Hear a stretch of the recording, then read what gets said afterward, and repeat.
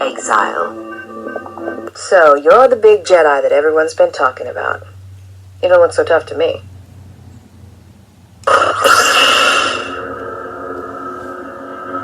Spectrum.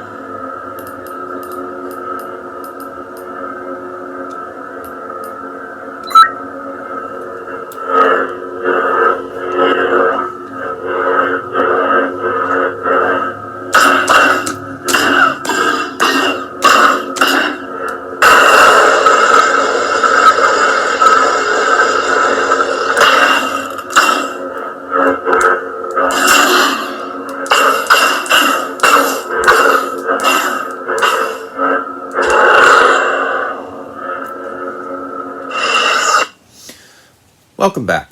So this font, or this review, I wanted to talk about the final font from the Old Knights package and sort of give a wrap-up to the pack itself.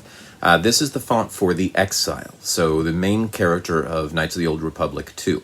Now, as such, the Exile is this sort of character who was part of the Jedi Order and then was exiled from the Jedi Order, stripped of her Force powers, and has to work at regaining them and sort of rebuilding this fallen Jedi Order. So she's sort of a dark, sort of redeemed character working her way back in from the outside.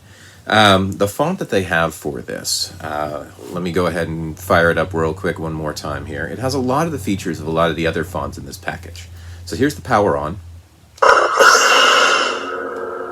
Alright, it has that sort of purr to click to power on, so it's right in the middle. Blade or blaster effects, pretty standard for this. There we go. Force effect is the same as some of the others.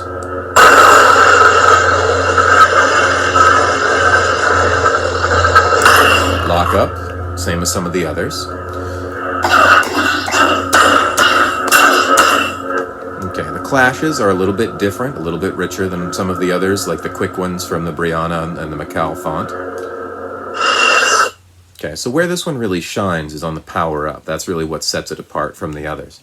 As a capstone for this set, I found that the Exile was a little bit, for me, a little bit anticlimactic. It's a great character to have in there, but the problem with it is what sets a lot of the other sound fonts apart in this set is that there's a lot of quotes in here from the characters in their voice when you load it up or load it up or switch fonts.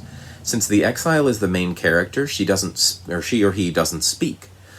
So you get quotes from other characters like Kreia or Mira about the Exile. So you don't get to hear the Exile's voice.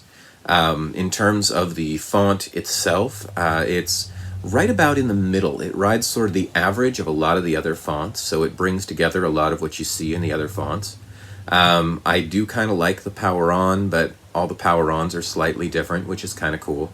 But in terms of the Exile font itself, it's great that they included the Exile. It makes the set complete.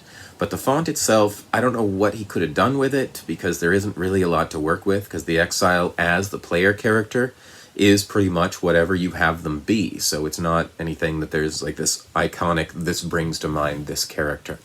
So I know what he was working with, and I know why it is the way that it is. But like I said, the Exile is a little bit of an anticlimactic conclusion to the font package. But let me talk about the font package as a whole. So when I first saw the Old Knights package come out, and I saw the price tag on it, I was like, that's a little bit steep, especially for buzzy noises. But then he kept coming out with font after font, and he kept hitting all these, and Kyberphonics kept hitting all these places that nobody had ever made a font for before that I had ever seen. Places like Bastila and Revan, those fonts exist. His additions to those were very different and very nice. Fonts like Nihilus, his Nihilus font was very different. His Scion font was, and his Malak font were very, very cool additions. So the whole font package together, if you're going to get 1 or 2 or 3 fonts, you might as well look into the whole package, especially if you can catch it on sale. As I film this, it's Christmas time, and he's currently having a 25% off sale, so that's quite a big chunk of change. But what you get with the entire font package is you get a lot of variety, and you get some very distinct fonts that you're probably never going to see anywhere else. So, by and large, even though the Exile font itself was a little bit disappointing, the culmination of the font package for Old Knights was exactly what a giant Knights of the Old Republic fan like myself was really happy to see.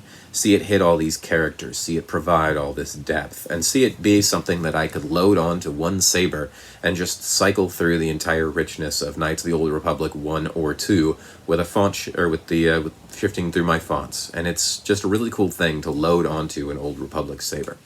All right, so this was the last review. Hopefully, you guys have enjoyed these or found them interesting. I know that there's a lot of Old Republic cosplayers and fans out there, so this is a good set for those of you who are collectors of all sort of apocryphal Star Wars. All right, hopefully this has been of use. If it has, join me back next time and we'll look at some other stuff. So, you're the big Jedi that everyone's been talking about. You don't look so tough to me.